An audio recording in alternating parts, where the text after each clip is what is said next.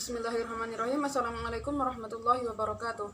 Marhaban bi jami'i al-asdiqa. Hadhihi al-marah sa'uqbal taliban nashiqah fil munazzamat at-tulabiyah. Wa sayusharikuna qalilan an hayati qatalib nashid fil al-munazzamah. Na'am, laqad tuwasilna al-an ma'al al-akh Dendi Oparisudia.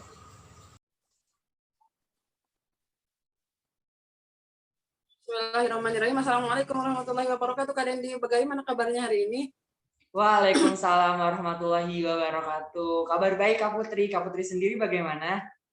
Alhamdulillah baik. Semoga kita tetap sehat ya Kak. Lagi sibuk apa aja nih Kak akhir-akhir ini? Lagi sibuk kuliah sih Kak Putri, dan belakangannya lagi hektik banget di Ormawa nih. Di parlemen kebetulan lagi rame. Yang parlemen itu ya Kak ya? Nah, kalau betul. parlemen itu tuh apa sih Kak parlemen itu? Soalnya masih banyak kan dari kita ini yang masih awam gitu, yang tidak tahu parlemen itu seperti apa. Iya baik, untuk parlemen sendiri itu adalah lembaga legislatif di tingkat fakultas, lembaga tertinggi yang kalau Kak Putri tahu ada kan di organisasi itu ada badan eksekutif mahasiswa, kemudian ada himpunan mahasiswa jurusan. Nah itu yang menaunginya adalah parlemen gitu sebagai lembaga legislatif gitu Kak Putri. Oh yang BEM itu seperti itu mungkin ya Kak ya? Betul sekali. Ya. Terus apa saja sih yang dilakukan dalam parlemen itu? Apakah katanya parlemen itu tugasnya itu mengawasi bagian-bagian yang di bawahnya ya? Nah, mengawasinya itu mengawasi seperti apa sih Kak? Untuk parlemen sendiri kita kan tadi yang sudah saya sebutkan tadi ada BEM, kemudian juga ada himpunan. Nah mereka tuh mengadakan sebuah acara gitu Kak Putri, dan parlemen sendiri di sini mengawasi dalam artian mengawasi acara apa sih yang mau mereka jalankan, seperti apa acaranya, kemudian keuangannya seperti apa, apakah acara yang mereka lakukan ini menyimpang atau tidak, dan juga kalau misalnya si BEM atau himpunan ini mereka ingin merealisasikan sebuah acara itu harus mengikuti standarisasi yang telah dibuat oleh parlemen, seperti itu Kak Putri. Kemudian nah kalau parlemen itu sendiri, apakah dalam satu kampus itu hanya ada satu parlemen, ataukah misalkan per fakultas itu ada satu? Ya untuk parlemen sendiri, karena kan kita lembaga legislatif ya, jadi otomatis tuh ada di tiap fakultas. Jadi tiap fakultas pasti punya lembaga eksekutifnya seperti BEM, himpunan, dan pasti ada juga lembaga legislatifnya seperti parlemen gitu Kak Putri. Oh, iya. Nah kalau misal baik langsung saja. Kemudian kenapa sih memilih parlemen? Kenapa tidak mencoba orma-orma yang lain seperti misalkan nggak di bagian yang bawahnya seperti di eksekutif seperti itu? Sebenarnya balik lagi ke alasan saya yang pertama, balik lagi dari kinerja dari parlemen sendiri. Kalau yang saya lihat, kalau eksekutif itu mereka lebih yang kerja, mereka yang lebih ngadain acara tuh harus seperti ini, mereka yang membuat rancangan acara segala macamnya, orang yang bekerja gitu. Sedangkan parlemen sendiri bukan nggak kerja, tapi lebih bekerja di balik layar gitu, yang melihat bagaimana sih ini acaranya berjalan baik atau tidak gitu, seperti itu Kak Putri. Jadi saya orangnya lebih suka yang bekerja di balik layar seperti itu. Karena soalnya kalau di balik layar nggak terlalu capek juga ya kan Kak, meskipun juga itu capek ya kan. Sama sih capek, cuman nggak sehektik yang ada di BEM. Kalau di BEM kan benar-benar fisiknya juga. Soalnya lebih ke ininya kan, lebih ke kegiatannya, capek. Kemudian apa saja sih kesulitan yang dihadapi ketika menjadi anggota? Buat kesulitannya saat ini, kalau yang saya rasakan di periode saya itu mungkin karena pandemi gini ya, jadi nggak pernah ketemu sama orang-orangnya, karena kan kita membatasi sosial ya, dan juga kuliah juga online tuh, otomatis kegiatan-kegiatan juga jadinya online. Jadi selama periode ini tuh belum pernah ketemu sama staff-staff yang lain gitu, sama teman-teman dari parlemen tuh belum gitu. Seperti itu Kak, agak sulit. Ya sih, kalau memang sekarang memang kan sedang pandemi juga ya kan, jadi lebih sulit lagi kalau dalam ketemunya juga. Soalnya ada pembatasan orang juga kan. Nah iya betul Kemudian sekali. pernah ini nggak sih Kak, pernah berpikir capek atau misalkan oh capek nih pengen nyerah aja deh, pengen keluar aja deh, misalkan seperti itu. Pernah berpikir kayak gitu nggak sih Kak? Aduh itu manusiawi banget sih. Pasti pernah kamu Tri. Aku juga pernah ada di masa yang kayak, aduh ini capek banget nih. Soalnya kan apalagi pas awal-awal ngejabat ya, itu banyak banget lah di eksekutif yang pengen merealisasikan acara inilah, acara itu. Itu bener-bener capek, padat juga ke kita ya. Jadi ngerasa kayak, aduh kayaknya udahan aja deh, pengen keluar aja gitu. Cuman kan baik lagi ya, kita udah komitmen, kita juga udah tanggung jawab gitu. Jadi ya udah saya lanjut aja gitu sih. Tapi pernah kok, pernah ada di masa itu. Oh juga kan Kak, itu juga ya kan. Kemudian minta tanggapan Kakak nih. Kan suka ada nih orang yang beranggapan kalau misalkan apa sih orang-orang yang berorganisasi itu rata-ratanya itu suka melalaikan dengan tugas gitu seperti itu. Nah, tanggapan Kakak itu seperti apa mengenai orang yang beranggapan seperti itu? Kalau dari saya itu kan balik lagi ke sudut pandang orang-orang ya. Mungkin ada beberapa orang yang melihatnya seperti itu. Tapi kalau dari yang saya lihat sendiri, justru orang-orang yang ikut organisasi terus juga ikut kuliah itu justru keren banget gitu, kayak berusaha membalancekan antara dua itu, karena kan jujur sulit banget ya buat balance di antara kedua itu. Tapi orang-orang yang ikut organisasi itu berusaha buat dua-duanya biar balance. Jadi kalau misalnya ada tanggapan mengesampingkan kuliah, enggak sih, soalnya juga sama-sama berusaha seperti itu Kak Putri. Iya.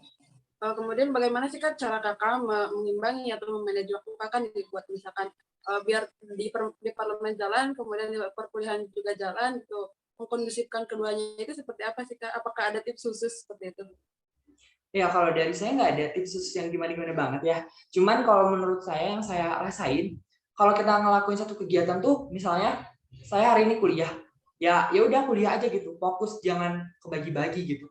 Jangan lagi kuliah mikirin yang lain gitu. Jadi nggak kelar kerjaan dari kuliahnya gitu, atau kita nggak fokus kuliahnya gitu.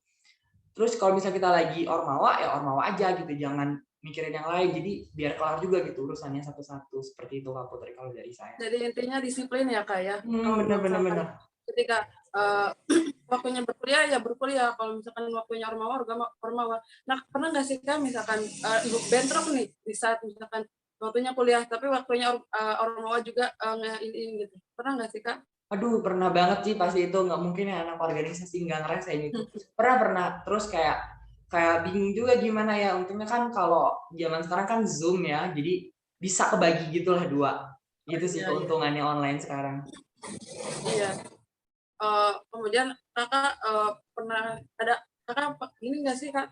Ada feedback nggak sih feedback tersendiri buat Kakak ketika Kakak mengikuti parlemen itu gitu? Apa yang udah bisa Kakak capai, udah Kakak bisa lakukan gitu ketika Kakak mengikuti parlemen tersebut?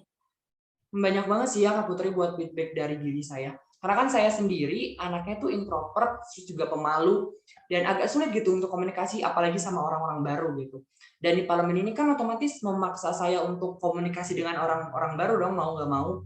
Dan itu ngebuat saya juga jadi tahu rasanya sosialisasi, bagaimana sih cara sosialisasi yang baik itu seperti apa, bagaimana harus berinteraksi dengan orang-orang baru itu seperti apa gitu. Terus juga saya juga banyak belajar dari pengalaman-pengalaman yang ada di organisasi itu seperti apa. Terus yang paling penting itu relasi, karena kan relasi itu benar-benar ngebantu banget ya. Dan selama di parlemen ini benar-benar relasi aku tuh luas, karena kan alhamdulillah di periode ini saya dipercaya jadi ketua komisi ya, dan otomatis itu orang-orang jadi pasti pada tahu gitu. Dan relasinya tuh jadi tahu anak-anak yang di luar kampus, bahkan terus teman-teman yang ada di kampus pada tahu, dan dosen-dosen tuh pasti pada tahu. Itu sih keuntungannya banget di feedbacknya buat aku. Ya, karena memang relasi itu penting sekali ya Kak ya di usia kita yang sudah di atas 20 ini sangat penting untuk kita menambah relasi jaringan sosial ke berbagai tempat. Kemudian untuk mengakhiri ini deh interview kita kali ini, ada pertanyaan terakhir. Jika misalkan Kakak diberi kesempatan untuk kembali ke masa lalu, apakah Kakak akan tetap memilih mengikuti parlemen atau misalkan Kakak akan tetap menjadi mahasiswa biasa saja yang fokus terhadap kuliahnya? Mau pilih yang mana nih Kak? Aduh berat ya, nggak bisa milih dua-duanya nih, harus salah satu. Iya. Berat ya. Mungkin saya bakal balik ke jadi mahasiswa biasa aja kali ya. Soalnya kan balik lagi tujuan awal ke kampus tuh ngapain? Kuliah kan, pengen dapet gelar sarjana gitu, bukan ikut parlemen. Jadi ya udahlah ya, saya mungkin bakal jadi mahasiswa biasa yang ya udah sehari-harinya kuliah mungkin ya. Kayak gitu Kak Putri. Oh iya, baik Kak. Tapi kan itu juga parlemen juga bisa membantu kita dalam kedepannya ketika kita sudah lulus dari kuliah nih, seperti misalkan belajar public speaking dan yang lainnya juga gitu. Kenapa? Iya sih, benar. Tapi balik lagi ya, saya pengen gelar sarjana daripada ada di Iya, iya. parlemen. Gitu sih Kak Ya, Putri. baik Kak. Oh, baik Kakak, terima kasih atas waktunya. Mohon maaf apabila banyak kata-kata yang kurang berkenan bagi Kakak. Mohon maaf juga telah mengganggu waktunya. Terima kasih banyak Enggak. Kak. Iya, terima kasih Kak Putri. Terus tetap semangat ya Kak dalam parlemennya dan juga dalam perkuliahannya. Semoga dilancarkan dalam segala urusannya. Amin. Terima kasih Kak Putri. Ya, Assalamualaikum warahmatullahi wabarakatuh. Waalaikumsalam. لذلك بالنسبة للاستنتاج البرلمان هيئة تشريعية على مستوى هيئة التدريس والبرلمان مكلف بالإشراف والموافقة على الأحداث التي ستديرها السلطة التنفيذية والعادة البرلمان هو العمل وراء الكواليس بسبب الوباء العمل وراء الكواليس صعب أقاد اجتماعات الالتزام هو أكثر أهمية في المنظمة يميل الأشخاص الذين ينظمون إلى اكتساب المزيد من المعرفة من مصادر مختلفة الانضباط هو مفتاح التوازن العلاقات مفيدة جدا للحياة الاجتماعية ربما هذا كل ما يمكن قوله قيل وقيل الانتظارات العمل أن نتمكن من الاستفادة من المقابلة في وقت سابق شكرا لك على انتباهك والسلام عليكم ورحمة الله وبركاته.